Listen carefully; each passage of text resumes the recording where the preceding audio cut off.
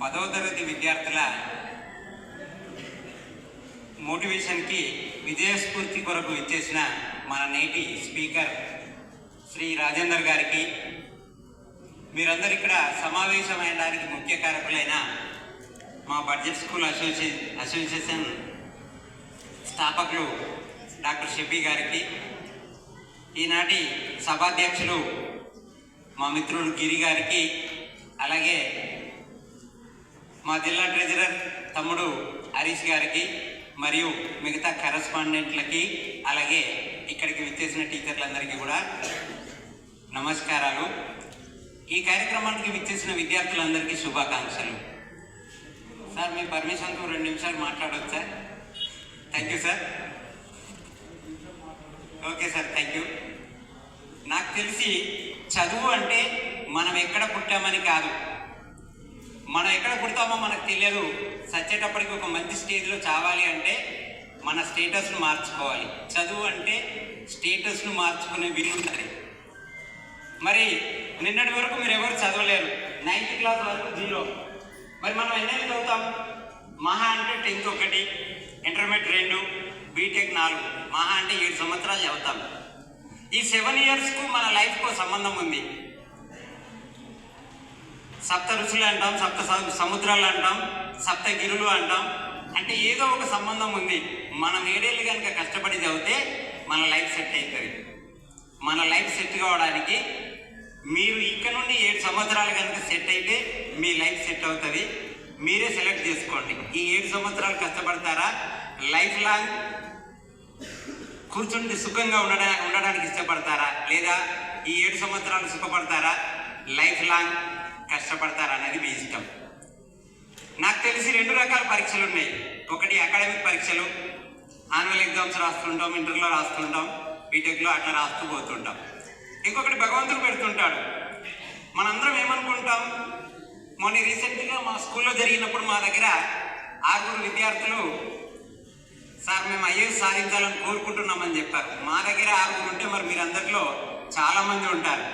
మరి వీళ్ళందరూ ఐఏఎస్లు అయితే ఎక్కడ మిగతా వాళ్ళందరూ కాలేదేమో అని భగవంతుడు కూడా కొన్ని పరీక్షలు పెడతాడు. ఆ కొన్ని పరీక్షలే అట్రాక్షన్స్. అదేందో పరీక్షలు అనగానే మన పెద్దలకి ఏం గుర్తుకొస్తుంది అంటే వరల్డ్ కప్ గుర్తుకొస్తుంది. తీసుకొచ్చి నిన్ననే పెట్టేసారు. మరి వీడు చదువుతాడా, world cup చూస్తాడా?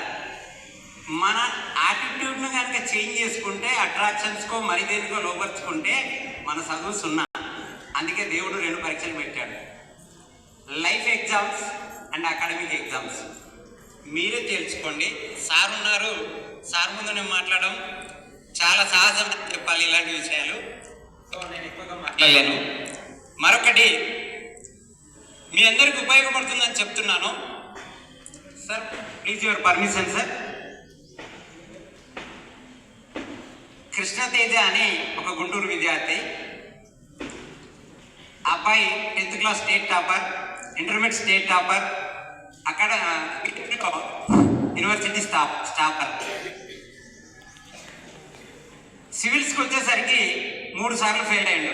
First attempt, second attempt, third అటెంప్ట్లో ఫెయిల్ అయ్యాడు.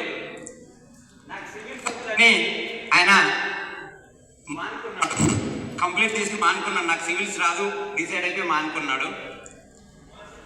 వాళ్ళ ఫ్రెండ్స్లో కొంతమంది శత్రువులు వచ్చి ఎగతాళి చేసేందుకు, కొంతమంది శత్రువులు వచ్చి ఆయన ఒకరోజు ఎగతాళి చేస్తావు, మామ నువ్వేంటి సివిల్స్ ఏంటి, నీకెందుకు వస్తుంది, నీ హ్యాండ్ రైటింగ్ బాగుండదు. రెండవది, 10th ఇంటర్ బీటెక్లో రాసినట్టుగా నువ్వు పాయింట్స్ వైజ్గా రాస్తావు, అది సివిల్స్లో ఫెయిల్ అవ్వడానికి అవకాశాలు ఉంటాయి. అలాగే నీ ప్రెజెంటేషన్ కూడా బాగుండదు కాబట్టి నువ్వు ఫెయిల్ అవ్వని చెప్తారు. అది నా మనసులో నేర్చుకొని వారం రోజుల్లో రైటింగ్ నేర్చుకుంటాడు. ఇక మిగతా 2 విషయాలు నేర్చుకోవడానికి శ్రీ బాలలత మేడం అని అకాడమిక్ కోచింగ్ డైరెక్టర్ ఉన్నారు. ఆమె దగ్గరకు ఒకరోజు వెళ్తాడు. ఆమె ఏం చేస్తుందంటే రేపు 7 o'clock మార్నింగ్ రమ్మని చెప్తుంది. నెక్స్ట్ డే పాప మీద 7 o'clock మార్నింగ్ వెళ్తాడు. నాకు ఈరోజు వర్క్ ఉంది, నెక్స్ట్ డే రమ్మని చెప్తుంది. అలా వరుసగా వారం రోజులు ఆమె తిప్పించుకుంటే 8వ రోజు, కృష్ణతేజ నీ మనసులో ఏముందో, నువ్వెంత తపన పడుతున్నావో నాకు అర్థమైంది. Okay, you join in my academy, నీవు రావచ్చు, కానీ నాదొక కండిషన్ అని చెప్తుంది. ఆ కండిషన్ ఏంటంటే every day 4 o'clock to 7 o'clock వచ్చి ఎగ్జామ్ రాయి. ఏ రోజైనా 4 o'clock 5 నిమిషాలు లేట్ అయిందంటే నువ్వు స్కూల్ అకాడమీకి రావాల్సిన పని లేదు, బయటకు వెళ్ళమని చెప్తారు. అంటే మనకేమర్థమైంది? మనం కష్టపడుతున్నామా ఇష్టపడుతున్నామా? ఆయన అలా 365 days ప్రతిరోజు ఎగ్జామ్ రాసి తన 66వ ర్యాంక్, ఐఏఎస్లో 66వ ర్యాంక్ సంపాదించి ఈరోజు కేరళలో కలెక్టర్గా ఉన్నారు. మనందరం అనుకుంటుంటాం కష్టపడి చదవాలా ఇష్టపడి చదవాలా అని. ఇష్టమైనప్పుడు కష్టాన్ని ఇష్టంగా మార్చుకొని చదవాలి. నేను ఎక్కువగా మాట్లాడలేను. మీరందరూ కూడా మా బడ్జెట్ స్కూల్ అసోసియేషన్ ముద్దు బిడ్డలే కాబట్టి మా గిరి గారు ఇప్పుడే చెప్పారు 575 మార్క్స్ ఎవరికైతే వస్తాయో మా కరెస్పాండెంట్ కోఆపరేట్ చేస్తే ప్రతి స్కూల్ విద్యార్థి 575 మార్కులు ప్రతి విద్యార్థిని మేము సన్మానం చేయదలుచుకున్నాం. అలాగే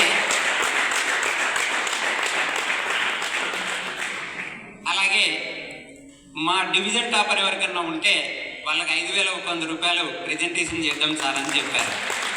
so all the best, choice మీదే. మీకు 2 అవకాశాలు వచ్చినాయి.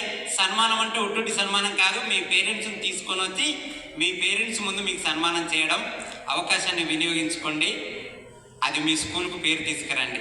లాస్ట్ బట్ లీస్ట్, మా ఆవిడకు సింగర్ సునీత గారు అంటే చాలా ఇష్టం. రీసెంట్లీగా 31st డిసెంబర్ రోజు మేమిద్దరమే ఉన్నాం ఇంట్లో. మా ఇద్దరితో పాటు మా మన్మరాలు ఎక్కువగా ఉంటుంది కాబట్టి మేమిద్దరమే అని చెప్పాను.